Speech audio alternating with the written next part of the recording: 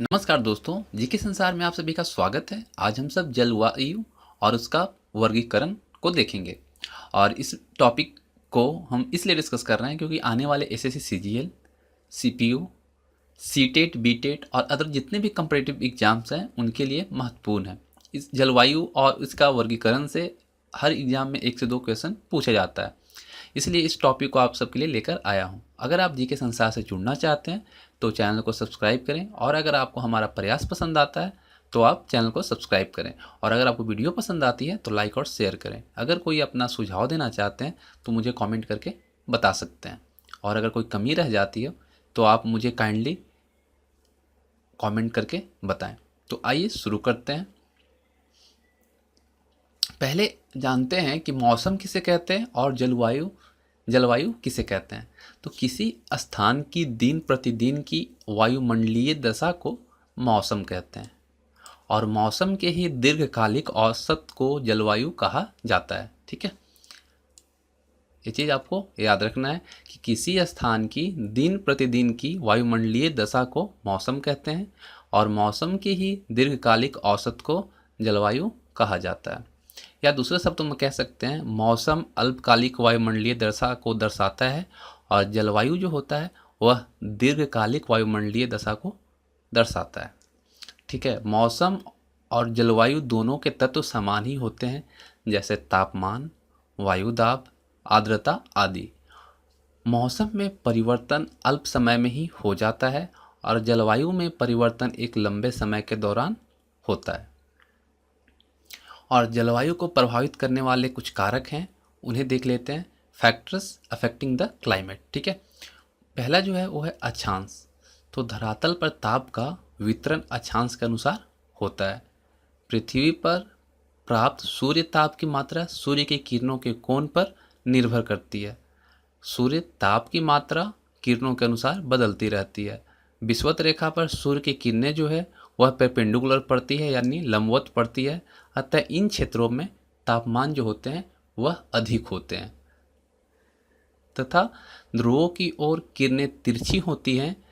अतः किरणों को धरातल तक पहुंचने में वायुमंडल के अधिक भागों को पार करना पड़ता है। इस कारण से ध्रुवों की ओर भागों में सूर्य ताप की कम प्राप्ति के कारण तापमान कम रहते हैं। उसके बाद दूसरा जो फैक्टर है वो है समुद्र तल से ऊंचाई, हाइट फ्रॉम सी लेवल। किसी स्थान की समुद्र तल से ऊंचाई जलवायु को प्रभावित करती है। धरातल से अधिक ऊंचे भाग तापमान और वर्षा को प्रभावित करते हैं। समुद्र तल से ऊंचाई के साथ साथ तापमान घटता जाता है क्योंकि जैसे जैसे ऊंचाई बढ़ती जाती है वायु हल्की होती जाती है। ठीक है, जो वायु होती है वो हल्की होती जाती है और ऊपर की वायु के दाब के कारण नीचे की वायु जो होती है ऊपर की वायु से अधिक घनी होती है तथा धरातल के निकट की वायु का ताप ऊपर की वायु के ताप से अधिक रहता है। अतः जो स्थान समुद्र तल से जितना अधिक ऊंचा होगा वह उतना ही ठंडा होगा। समुद्र तल से जितना जो भी भाग होगा अगर वो ऊंचा होगा तो वहाँ पे ठंडी रहेगी और अगर समुद्र तल से जो भी नीचा रहेगा वहाँ पे गर्मी रहेगी। इसी कारण अधिक ऊंचाई के पर्वतीय भागों में सदा हिम जमी रहती है। और तीसरा जो फैक्टर है वह है पर्वतों की दशा, डायरेक्शन ऑफ माउंटेन्स। पर्वतों की दशा का हवाओं पर प्रभाव पड़ता है। हवाएं तापमान एवं वृष्टि को प्रभावित करती है। इस प्रकार पर्वतों की दिशा तापमान को प्रभावित कर जलवायु को प्रभावित करती है। हिमालय पर्वत शीत ऋतु में मध्य एशिया की ओर से आने वाली शीत हवाओं को भारत में प्रवेश करने से रोकता है। भारत के तापमान शीत में अधिक नहीं गिर पाते। हिमालय एवं पश्चिमी घाट के कारण ही भारत आर्द्र जलवायु वाला देश बना हुआ है। हिमालय एवं पश्चिमी घाट के कारण भारत जो है वह आर्द्र जलवायु वाला देश बना हुआ है। समुद्री प्रभाव, समुद्रों के निकट और दूरी जलवायु को प्रभावित करती है।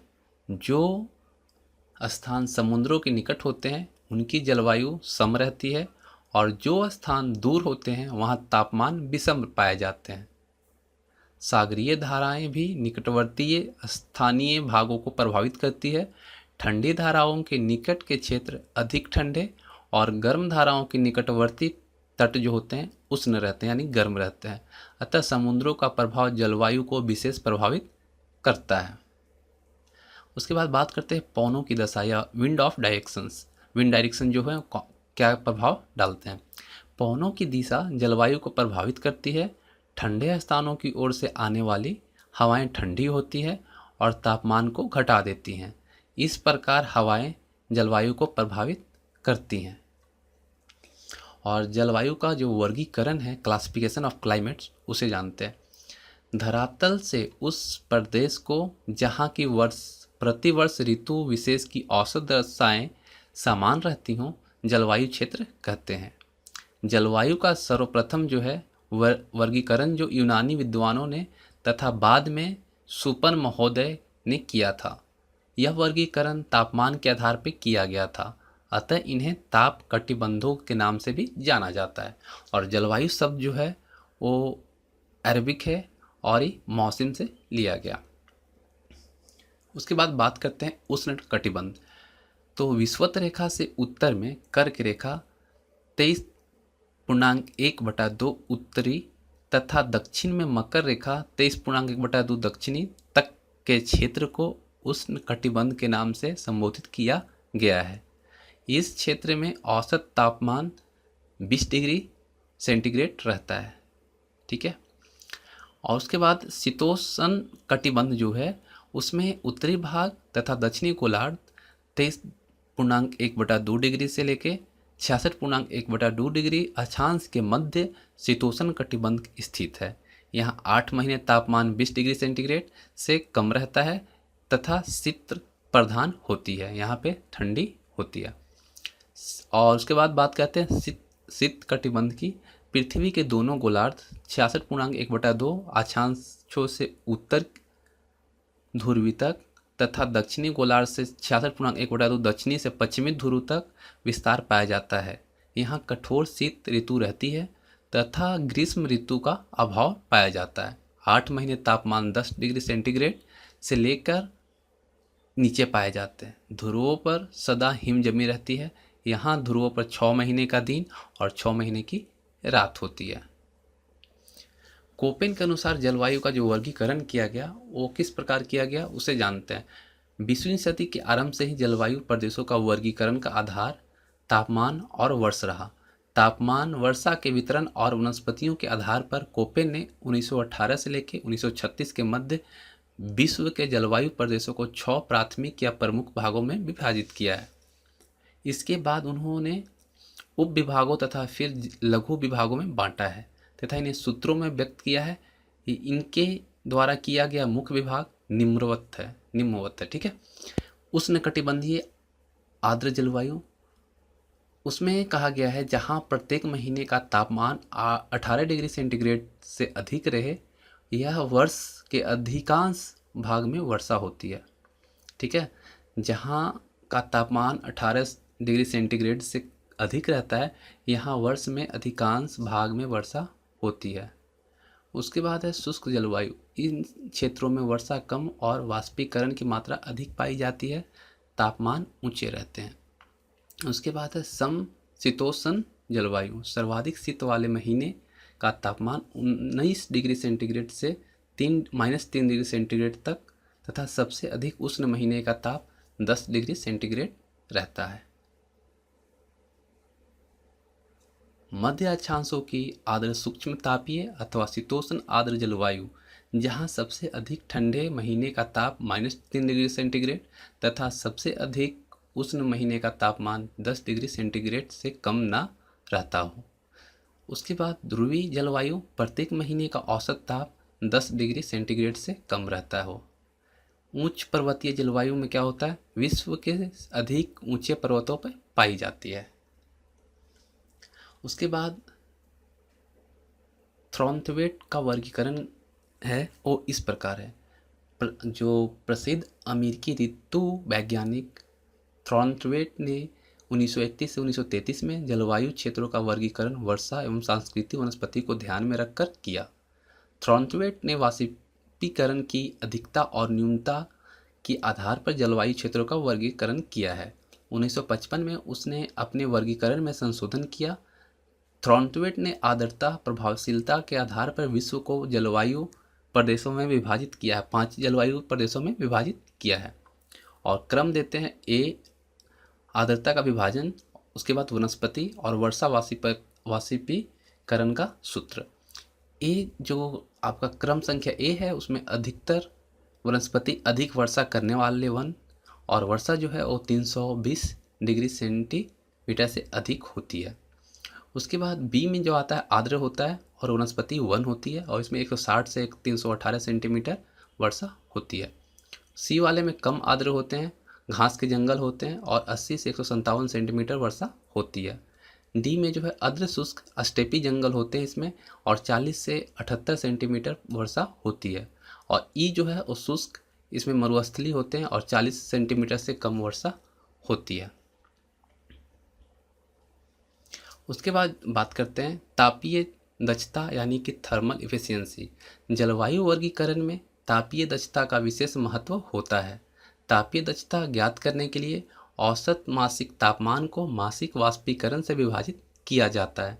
तापीय दक्षता को सूत्र T/E सूत्र द्वारा प्रदर्शित किया गया है।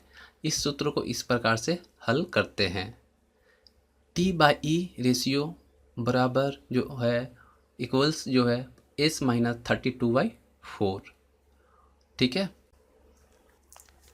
आइए देखते हैं तापीय दक्षता का सूत्र क्या होता है। इसका होता है σ⁴ इंटू S-32/4। ठीक है, ये दोनों फार्मूला से आप तापीय दक्षता यानी कि थर्मल इफिशियंसी निकाल सकते हैं। ठीक है, अगर आपका थर्मल इफिशियंसी का रेशियो निकालना है तो हमारा जो फार्मूला है S-32/4, और अगर तापीय दक्षता का सूत्र जो है वो है आपका σ⁴ इंटू S-32/4। ठीक है, अब बात करते हैं थॉर्नट्वेट ने तापीय क्षमता के अनुसार जो क्रम रखा है वो क्या रखा है।